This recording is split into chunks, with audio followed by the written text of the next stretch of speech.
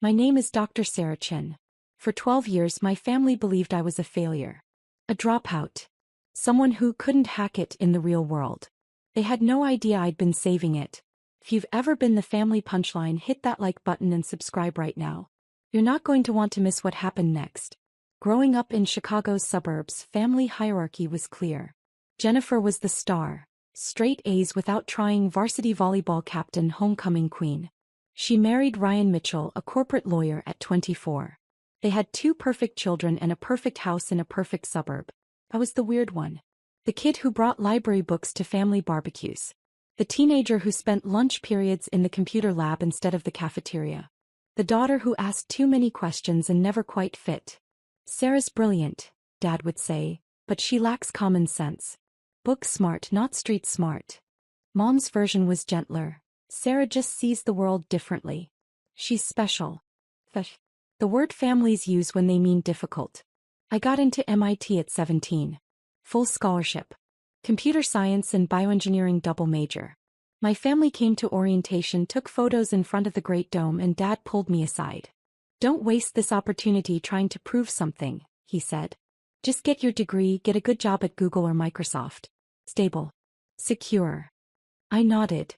I already knew I wouldn't. At MIT I found my people. Professor Elena Rodriguez ran the computational biology lab, working on algorithms that could predict disease outbreaks. I joined her team freshman year, spending 70-hour weeks coding predictive models while my roommate went to parties. You're missing college, she'd say, concerned. I'm building something that matters, I'd reply. By junior year I'd co-authored 3 papers. By senior year I'd developed an algorithm that could predict viral mutation patterns with 76% accuracy, unheard of at the time. The CDC noticed. So did the WHO. Professor Rodriguez wanted me to stay for a PhD. My family wanted me to get a real job. Sarah got accepted to MIT's doctoral program, Mom announced at Thanksgiving. Pride in her voice finally. How much longer in school? Uncle Tom asked. You're already 21. 5, maybe 6 years, I said. The table went quiet. Jennifer exchanged looks with Ryan. 6 more years. Dad's fork paused midair. Sarah, you need to start your career. Jennifer was already working at your age. This is my career, Dad. Disease prediction algorithms could save millions of lives. That's wonderful, honey, Mom said in that tone that meant it wasn't wonderful. But you also need to think practically. Marriage, children, stability. Jennifer leaned in, voice syrupy. Sarah, you're so smart. But maybe it's time to join the real world? Ryan's firm is always looking for IT support. I could ask. I'm not doing IT support, I said quietly. I'm researching pandemic prevention. Pandemic prevention. Dad laughed, not unkindly. Sarah, when was the last major pandemic? These are fantasy scenarios. Get a job that pays real money now, not theoretical money someday. I stayed at MIT. Got my PhD in 4 years instead of 6, fueled by spite and coffee. Published 12 papers. Developed models that could predict disease spread patterns based on travel data, climate conditions, and genetic sequencing. I was 25, had a doctorate from MIT, and my family still introduced me as Sarah, she's still in school. After my PhD, I took a position at the CDC in Atlanta. Not glamorous, not lucrative. Government salary, shared apartment with 2 roommates. Budget that didn't include fancy dinners or designer clothes. At Jennifer's housewarming party for their second home, a lake house, relatives cornered me. Still with the government? Aunt Linda asked. Don't they pay terribly? It's enough, I said. Jennifer's doing so well, she continued. Ryan just made partner. They're thinking about a vacation home in Tuscany. I smiled. That's great for them. What I didn't say, I was leading a team of 40 researchers. We were building the world's most sophisticated disease surveillance network, tracking viral mutations in real time across 6 continents. My algorithms had already predicted 3 minor outbreaks before they became regional epidemics. But I drove a 10-year-old Honda and shopped at Target, so clearly I was failing. When I was 28, I left the CDC. Not for failure, for opportunity. A tech billionaire named Marcus Webb had read my papers and wanted to fund something bigger. He offered me $200 million to build a private research institute focused on pandemic prevention and response. I called it the Global Health Security Initiative. GSI for short. I didn't tell my family. By then I'd learned they measured success by visible markers. Houses, cars, vacation photos on Instagram. My work was invisible to them because it lived in computer models, research papers, and quiet government briefings. I let them think I was doing consulting work and some research projects. Sarah's still figuring things out, Mom would say at family gatherings. Not mean. Just, it resigned. Over the next 4 years, GSI grew. We hired 120 researchers from 16 countries. We built partnerships with the WHO, CDC, and health ministries worldwide. We developed AI systems that could detect unusual disease patterns within hours instead of weeks. We identified and helped contain 4 potential epidemics before they made international news. A novel influenza strain in Vietnam. A drug-resistant bacteria in Bangladesh. 2 separate viral mutations that could have gone airborne. Nobody knew. That was the point. The best pandemic response is the one that happens before anyone realizes there was a threat. Forbes ran a profile on me when I was 30. The woman building the world's pandemic defense system. My family didn't see it. They didn't read Forbes. Jennifer read Real Simple and Architectural Digest. I still lived modestly. My apartment was nice but small. I worked 80-hour weeks. I hadn't dated seriously in years. At family events, I was the spinster aunt, the workaholic sister, the daughter who never settled down. Sarah's married to her work, Uncle Tom would joke. He meant it as an insult. I took it as truth. Drop a comment and let me know where you're watching from tonight. In November, 4 years after founding GSI, our algorithms detected something unusual. A respiratory virus in Wuhan, China. Not confirmed yet. Just patterns. Travel data showing unusual hospital visits. Social media posts mentioning respiratory symptoms. Genetic sequences uploaded to medical databases showing a novel coronavirus. This one's different, I told my team. The mutation rate. The transmission pattern. This could be bad. We alerted the WHO on December 1st. They investigated. On December 31st, China officially reported the outbreak. By January, I knew we were facing a global pandemic. Our models predicted 3.2 million deaths worldwide if containment failed. Possibly more.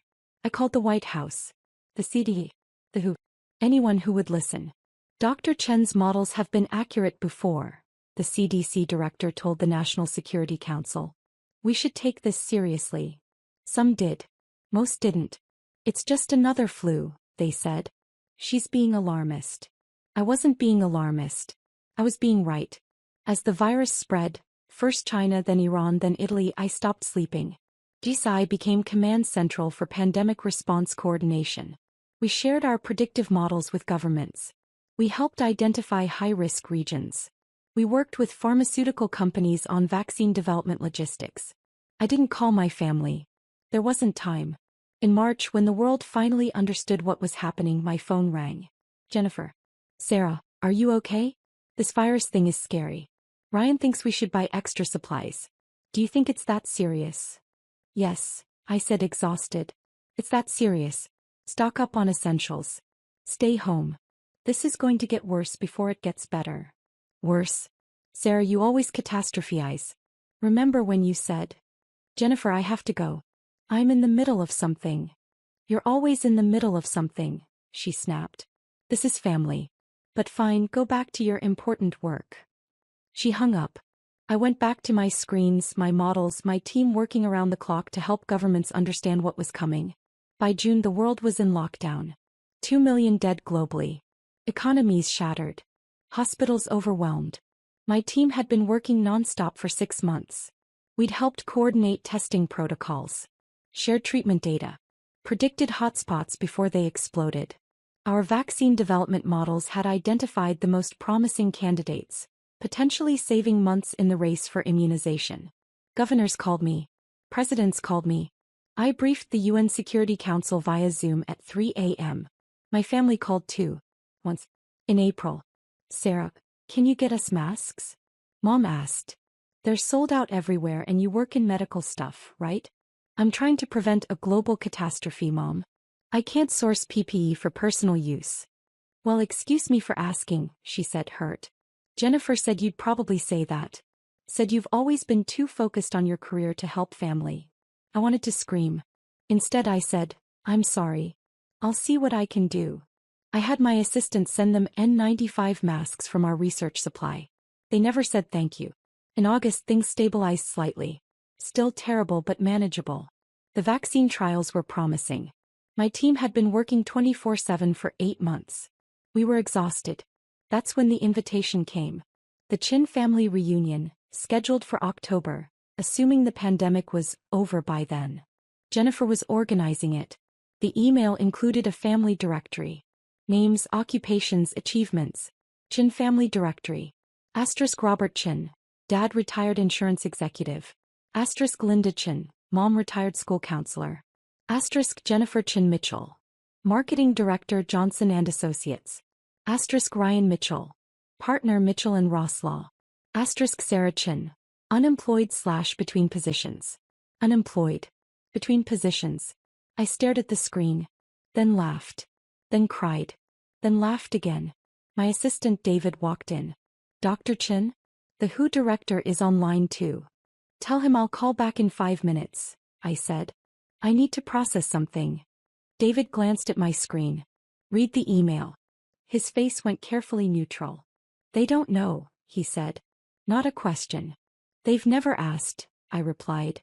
The reunion was Jennifer's baby. She'd rented a country club, hired a catering company, created a Facebook event page. 200 relatives from across the country, all coming together for the first big family gathering since the pandemic started. It'll be safe by October, she declared on the planning committee Zoom. And we all need this. We need to celebrate family, resilience, survival. She put me on the setup committee. Sarah, you're not working right now anyway. You'll have time to help. I'm actually very busy. Doing what? Jennifer's smile was sharp. Sarah, it's okay to admit you're struggling. The pandemic has been hard on everyone. Especially people without stable careers. I muted my mic, counted to 10. I'll help where I can, I said finally. The planning meetings were torture.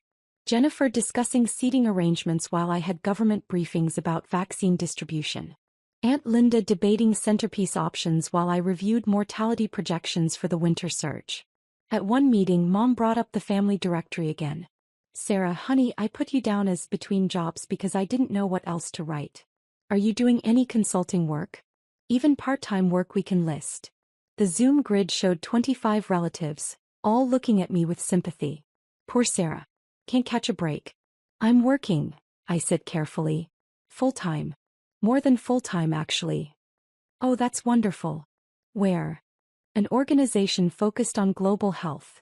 Like a hospital? Aunt Mary asked hopefully. Something like that. Are they hiring? Cousin Brad jumped in. I got laid off in March. Could use a connection. Look into it, I said. Jennifer unmuted. Well, whatever it is, I'm sure it's keeping you busy. But Sarah, try to take care of yourself too. You look exhausted. I looked at my reflection in the Zoom window. Dark circles under my eyes. Hair pulled back in a messy bun. No makeup. Wearing a Jisai hoodie that had coffee stains. He was right. I looked like hell. I'll try, I said. What I didn't say. I looked like hell because I'd been awake for 36 hours straight coordinating vaccine trial data. Because my team had just helped identify a mutation that could affect vaccine efficacy. Because I'd spent the morning on a call with pharmaceutical CEOs and the afternoon with epidemiologists in Mumbai. But sure, Jennifer. I try to take care of myself. Hit that subscribe button if you've ever had to prove yourself to people who couldn't see your worth. Because what happened next changed everything. In September, a journalist from Time magazine contacted me. They were doing a year-end piece on the pandemic response. Who got it right, who got it wrong, what lessons we'd learned. We'd like to interview you, Dr. Chin, she said. Your organization's work has been remarkable. Quiet but remarkable. I don't usually do press, I said. I understand. But people should know what GHSI did. You predicted this. You warned people. You helped save lives. I thought about it. About visibility. About whether my family knowing would even matter. Hey, I said. But I want accuracy. No sensationalism. Just the truth, she promised. The interview took 4 hours. We talked about the early warning signs. The resistance I'd faced. The models Jisai had built. The coordination work we'd done behind the scenes. Why didn't you go public earlier? She asked. If you'd done a media campaign, maybe more people would have listened. Because pandemic response isn't about credit, I said. It's about results. Every hour I spent doing interviews was an hour I wasn't spending solving problems. I chose problems. No regrets. I thought about my family's reunion directory. Unemployed/between positions. Some regrets, I admitted. But not about the work. The article came out in October. 3 days before the reunion. I didn't know they were considering me for anything bigger. Nobody at Jisai knew. October 10th. The country club was decorated with fall colors. Oranges, reds, yellows. 200 relatives milling around, catching up after months of isolation. Everyone masked initially, then gradually removing them to eat and drink. I arrived late. I'd had a morning call with vaccine manufacturers about production scaling. David had practically shoved me out of the office. Go, he said. See your family. Try to have fun. Fun, I repeated dubiously. Or at least enjoy proving them wrong, he said with a grin. I wore a simple black dress. Still had my Jisai lanyard in my bag. I'd come straight from the office. No time to go home and change properly. Mom hugged me at the door. Sarah, you made it. We were worried you'd bail. Wouldn't miss it, I lied. Jennifer was holding court at the main table, telling stories about her marketing campaigns. Ryan stood nearby, drink in hand, nodding along. Their kids ran around with other children, all adorably dressed. I headed for the buffet. Found Aunt Mary there loading her plate. Sarah, how are you, sweetie? Good. Busy. Still looking for work? Her voice was kind. Pitying. Actually, I'm employed. Have been for years. Oh, that's wonderful. What do you do? Research. Disease prevention. Like a lab technician? Something like that. She patted my arm. Well, that's good. Stable work is important. I moved to the drinks table. Poured sparkling water. Watched my family celebrate their successes, their stability, their visible achievements. Nobody asked about my work. Not specifically. They asked if I was doing okay, and if I needed anything, and if I'd thought about getting my real estate license like cousin Diane. I smiled. Said I was fine. Helped set up the dessert table when Jennifer needed assistance.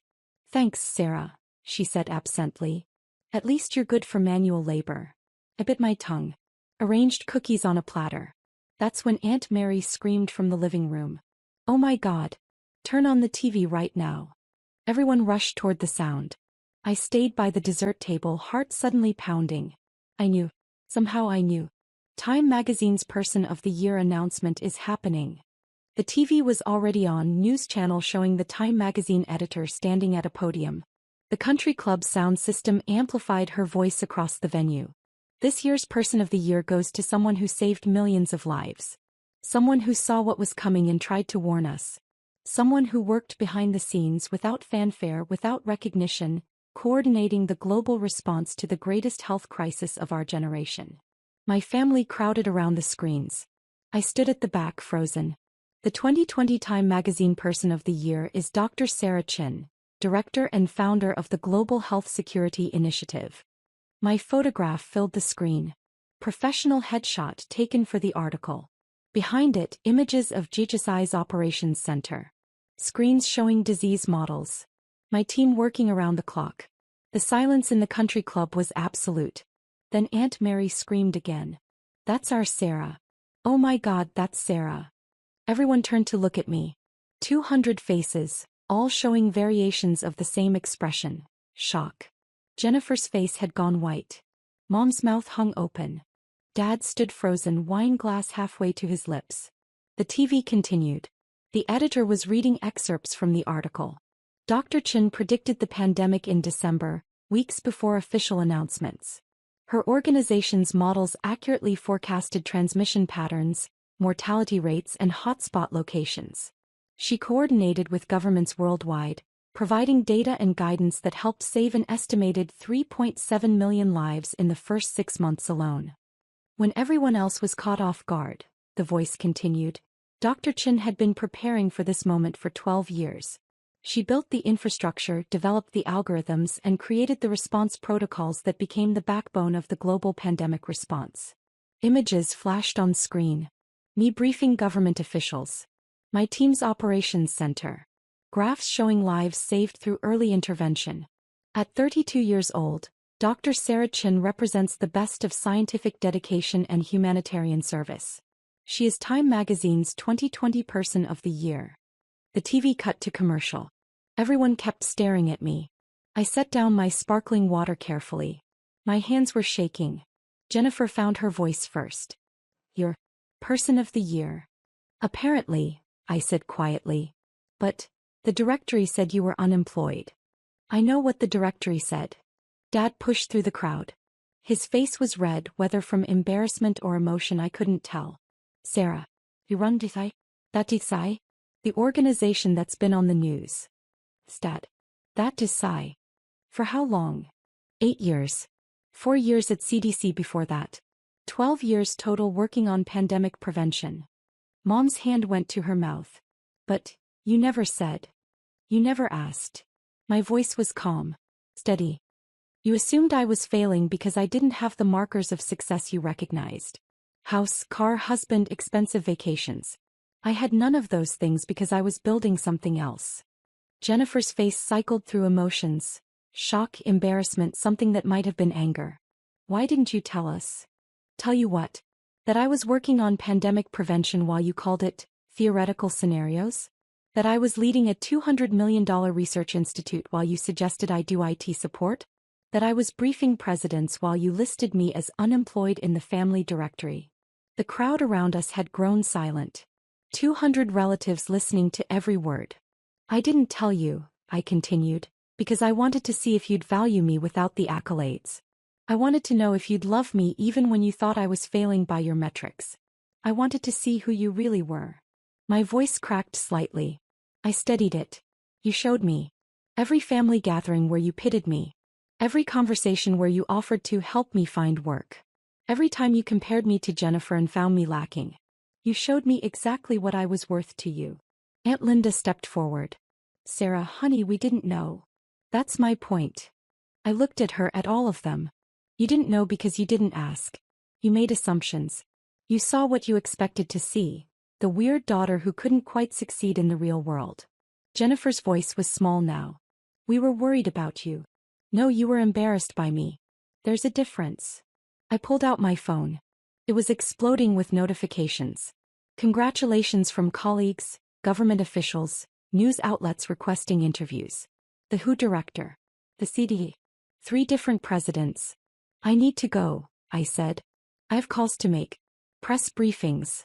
Apparently being Person of the Year comes with obligations. Sarah, wait. Dad grabbed my arm. His grip was gentle but desperate. I'm sorry. We're sorry. We didn't understand. I looked at his hand on my arm. At his face, stricken, aging, full of regret. Dad, I spent 12 years trying to save the world from the exact pandemic that just killed 2 million people. And you thought I was unemployed. That's not a misunderstanding. That's a fundamental failure to see me. I pulled my arm back gently. I'm not angry. I'm just done. Done trying to prove I'm worthy of your attention. Done explaining my value to people who couldn't see it. Done being the family disappointment when I'm actually the family success story. You're not a disappointment, Mom said, tears streaming. You're amazing. You're a stranger, I finished. I'm a stranger to you. You know Jennifer's marketing campaigns but not my pandemic models. You know Ryan's law cases but not my research papers. You know the menu at Jennifer's favorite restaurant but not the name of the organization I founded. The truth hung in the air, heavy and undeniable. Uncle Tom, who joked about me being married to my work, stepped forward. Sarah, I'm sorry. We all are. We should have. You should have asked, I said simply. That's all. Just asked about my work. About my life. About what I was doing with my days. But you didn't because you'd already decided I was failing. My phone rang. I glanced at it. The White House. I really do have to go, I said. But thank you for the reunion. It was clarifying. I walked toward the exit. The crowd parted silently. 200 relatives watching Time magazine's Person of the Year leave their celebration. At the door I turned back. Jennifer stood at the front of the crowd, mascara running, face a mess of emotions. For what it's worth, I said, your marketing work is good, Jennifer. You're talented at what you do. But you taught me something important. That being the golden child was about fitting into expectations, not about actual achievement. I never fit your expectations, so you never saw my achievements. I see them now, she whispered. Now that Time magazine told you to, I replied. That's the problem. I left. The October air was cool, refreshing after the stuffy country club. My phone was still ringing. I answered. Dr. Chin? This is calling from the White House. The president would like to speak with you about your work. I walked to my car, the 10-year-old Honda that had embarrassed my family, and drove away from the reunion toward the work that actually mattered. The media storm was immediate and overwhelming. By the next morning, my face was on every news channel, every website, every social media platform. Time magazine's Person of the Year. The woman who predicted the pandemic. The scientist who saved 3.7 million lives. My family tried to call. Dozens of messages, voicemails, texts. From Mom. Sarah, please call us. We need to talk. We're so proud of you. From Dad, I can't believe we didn't know. I'm so sorry. Please let us make this right. From Jennifer, I was wrong about everything. Can we please talk? I didn't respond immediately. I was busy. Press conferences. Government briefings. Interviews with CNN, BBC, Al Jazeera. Everyone wanted to know about the woman who'd seen the pandemic coming. David fielded hundreds of interview requests. Dr. Chin, NBC wants an hour special. Netflix wants to do a documentary. There's a book deal offer for $3 million. No books yet, I said. The pandemic isn't over. We have work to do. But your family can wait, I said firmly. They've waited 12 years to see me. They can wait another few weeks while I do my actual job. 3 weeks later, when things calmed slightly, I finally called Dad. Sarah. His voice cracked. Thank you for calling. We've been so worried. I've been busy, Dad. Saving lives. You know, my theoretical scenarios. Silence. Then, I deserved that. You did. Can we see you? Can we talk? Please. I considered it. Thought about the family reunion, the directory listing me as unemployed, 12 years of dismissal and pity. Dad, what's my organization called? Say. The Global Health Security Initiative. What's my official title? Director and founder. How many lives did Time magazine say we saved? 3.7 million. His voice was quiet. Sarah, I know. No, Dad. You don't know. You know now because Time magazine told you. But you didn't know when it mattered. When I was building it, when I needed support, when I could have used family believing in me instead of pitying me. What can we do? He asked. How do we fix this? I don't know if you can, I said honestly. You didn't just miss my achievements. You missed me. For 12 years, you had a daughter working to prevent the exact catastrophe that killed millions of people, and you thought she was unemployed. That's not a small oversight, Dad. That's a fundamental failure to see who I am. I want to try, he said. Your mother, Jennifer, all of us. We want to know you. Really know you. Why now? I asked. Because I'm Person of the Year? Because suddenly I'm impressive enough to deserve your attention? Because we were wrong, he said simply. And we want to do better. I thought about it. About whether people could change. About whether family bonds could be rebuilt after being so thoroughly broken. Here's what I need, I said finally. I need you to understand that my value doesn't come from Time magazine's recognition. It comes from the work itself. The lives saved. The models built. The research published. All of it was meaningful before the magazine cover and will be meaningful after. I understand. I need you to understand that I'm not coming back to be the family redemption story. I'm not the prodigal daughter returning to prove she's finally worthy. I was always worthy. You just couldn't see it. I understand, he said again, voice thick with emotion. And I need time. Years of dismissal don't heal overnight because of one magazine cover. Whatever you need, Dad said. Whatever time you need. We'll be here. Will you? I asked. If I don't win any more awards? If the media moves on? If I go back to being invisible in my lab, working on the next pandemic you can't see yet? Will you still be here? Yes, he said. I promise. Promises don't mean much, Dad. Paper beats promises every single time. Show me through actions, not words. I will, he said. We all will. We talked for another hour. I told him about GHSI, about the work, about what the next 5 years looked like. He listened, really listened, asking questions, taking notes, trying to understand. It was a start. Just a start. The vaccine rollout happened faster than anyone expected. By fall 2021, global vaccination rates hit 60%. The pandemic shifted from crisis to management. Life started resembling normal again. GSI continued growing. We expanded to 400 researchers across 30 countries.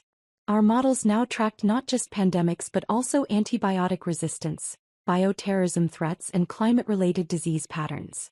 Our budget hit $800 million annually, mostly from government contracts and private philanthropy. I won more awards. The Nobel Prize in Medicine. The Presidential Medal of Freedom. UN Champion of Global Health. My office wall filled with plaques and certificates I barely looked at. My family tried. Really tried. Dad flew to Atlanta once a month to have dinner with me. He'd ask about my work, listen to explanations of algorithms and mutation patterns, try to understand. Sometimes he got it. Sometimes he didn't. But he tried. Mom joined my organization's board as a community liaison. She didn't understand the science, but she understood people. She helped us communicate complex health information to non-scientists. Found her own role in the work. Jennifer and I rebuilt our relationship slowly. Coffee once a month, then twice. Tentative conversations about her marketing work and my research. Learning to see each other as adults, not as golden child and scapegoat. I was jealous, she admitted once. Even when I thought you were failing, I was jealous. You were doing something that mattered. My work is good, but it's not saving lives good. Your work matters, I said. Different work matters in different ways. But you're Person of the Year. And you're a mother raising good humans, I replied. The world needs both. She smiled. It was real this time. The extended family took longer. Some never really got it. They congratulated me on the awards but still didn't understand the work. That was okay. I stopped needing their understanding. Aunt Mary surprisingly became one of my biggest supporters. She volunteered at GHSI's community outreach programs, helping distribute health information during subsequent COVID surges. I'm making up for calling you a lab technician, she said with a rueful smile. The reunion the following year was different. No directory listing occupations. No comparing achievements. Just family being family with all the mess and complication that entailed. When someone asked what I did, I said simply, I work in disease prevention. She's too modest, Dad jumped in. She runs the world's leading pandemic prevention organization. She's the reason millions of people survived COVID. I put my hand on his arm. Dad, it's okay.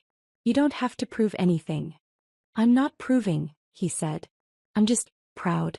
Really proud. Those words, which I'd wanted so badly for 12 years, felt different now. Good but not essential. I'd learned to be proud of myself without needing external validation. Thanks, Dad, I said, and meant it. If you've ever had to cut off toxic family or rebuild relationships after years of hurt, tell me your story in the comments. What would you have done? Does any of this feel familiar? I still work 80-hour weeks. Still live modestly. Upgraded to a nicer apartment but still drive the Honda. Still put the work first because that's who I am.